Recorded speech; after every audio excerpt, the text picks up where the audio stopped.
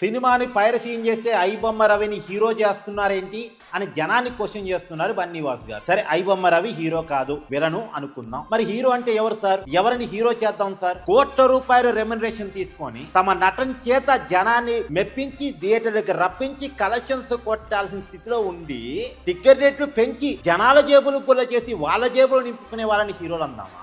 అన్ని కోట్లు వసూలు చేస్తూ కూడా పిల్లికి భిక్షం పెట్టిన వాళ్ళని హీరోలు అందామా? చివరికి పల్లకి మోసే అభిమానులు కూడా ఫ్రీగా సినిమా చూపించడం చేతకాక బెనిఫిట్ షోల పేరుతో ప్రీమియర్ షోల పేరుతోటి ₹1,00,00,000 వసూలు చేసేటువంటి వాళ్ళని హీరోలు అందామా? వసూలు చేసేటువంటి ₹1,00,00,000 బ్లాక్ కొంత వైట్ కొంత అని ట్యాక్సులు ఎగ్గొట్టే వాళ్ళని హీరోలు అందామా? స్టూడియోలు కట్టేసి ట్యాక్సులు కట్టవంటే అబద్ధాలు చెప్పి ఎగ్గొట్టే వాళ్ళని హీరోలు అందామా?